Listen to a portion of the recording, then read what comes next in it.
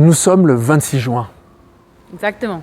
journée internationale contre la drogue et contre les trafics illicites. Le 26 juin, on en est encore là, Julie. C'est possible?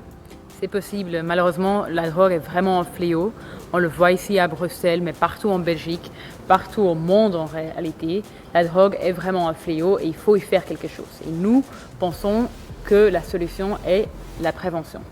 Rappelle-moi le titre de ton association. Dites non à la drogue. Ça, il faut le dire. Dites non à la drogue, il faut le dire. Pourquoi? Parce que même une drogue douce, elle n'est pas si douce. Elle est dite douce dans les mœurs, mais on va parler du cannabis, 30 secondes, parce que des drogues, il y en a plein. Elles sont très nombreuses, dans toute société, elle est présente. Exactement. Et le cannabis, moi personnellement, j'aime pas utiliser, comme tu l'as dit Richard, la différence drogue douce, drogue dure, parce qu'au final, une drogue est une drogue. Et le cannabis d'aujourd'hui n'a rien à voir avec le cannabis des années 70. Le cannabis est souvent aujourd'hui modifié de façon synthétiquement et on ne sait jamais ce qu'on consomme. Et c'est ça le vrai danger avec les drogues, on ne sait pas ce qu'on consomme. Cannabis, marijuana, LSD, héroïne, crack, quelles qu'elles soient, elles ont investi chez tout le monde, dans toute société, dans toute maison.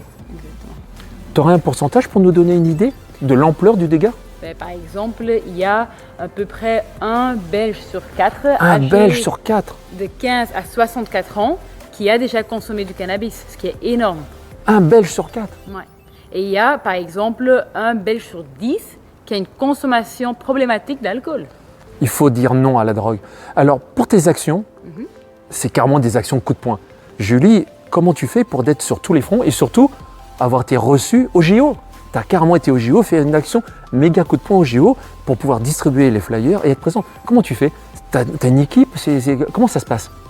Et donc on a effectivement des bénévoles.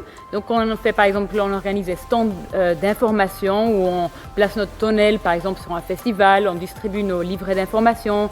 On a des lunettes de simulation, c'est une action un peu plus ludique, mais donc où les jeunes peuvent tester les lunettes et les lunettes simulent l'effet du cannabis et l'alcool. On donne aussi beaucoup de conférences auprès d'associations, aux adultes, aux parents par exemple, pour leur dire comment faire de la prévention, mais évidemment des conférences aux jeunes. Et ce qui est très important, c'est effectivement, on est là pour informer les jeunes sur les dangers de la drogue.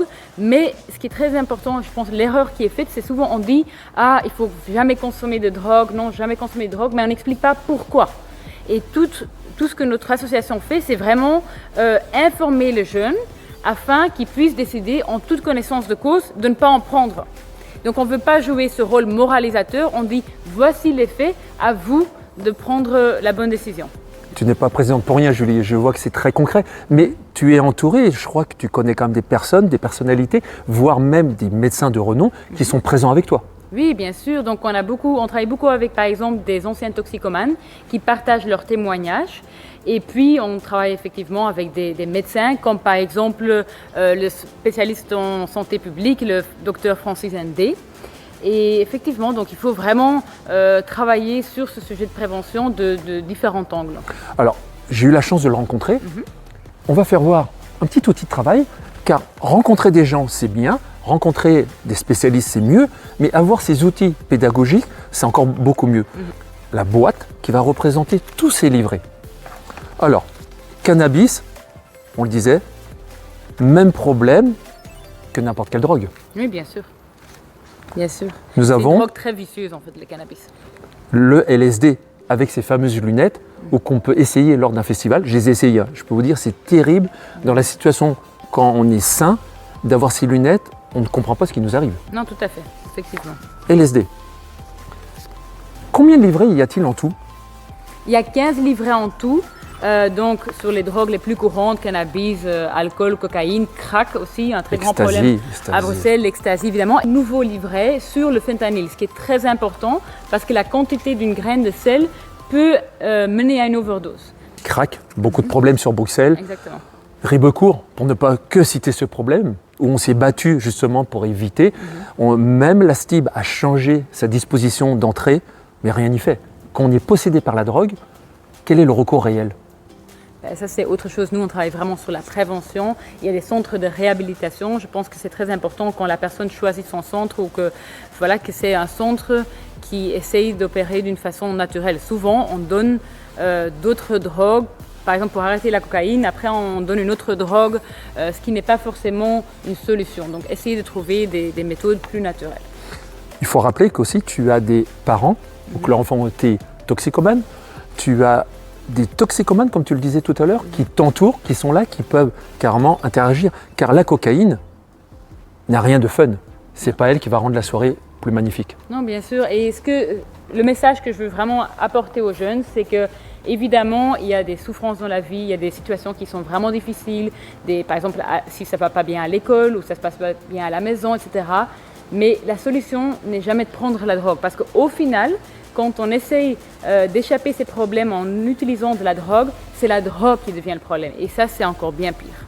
Est-ce que tu peux nous laisser tes coordonnées afin de te contacter sur Bruxelles? Car il faut dire non à la drogue, donc dites non à la drogue. Tes coordonnées? info@dites-non-à-la-drogue.be. Le site web, c'est dites-non-à-la-drogue.be. Et donc, tous ces livrets que Richard a montrés peuvent être commandés gratuitement, téléchargés gratuitement. Et voilà, je vous invite à nous contacter. Vous avez remarqué, tu as un petit accent, donc on l'a bien sûr dans le côté français, mais on a aussi le côté néerlandophone. Effectivement, donc nous on est présents partout en Belgique. Donc effectivement, je suis flamande, donc on fait beaucoup d'activités en Flandre, sur Bruxelles, en Wallonie. Et comme tu l'avais dit, on était effectivement présents au JO avec nos collègues français, où on a distribué plus de 1 million de livrets d'informations pour sensibiliser le public. À toi de distribuer le livret.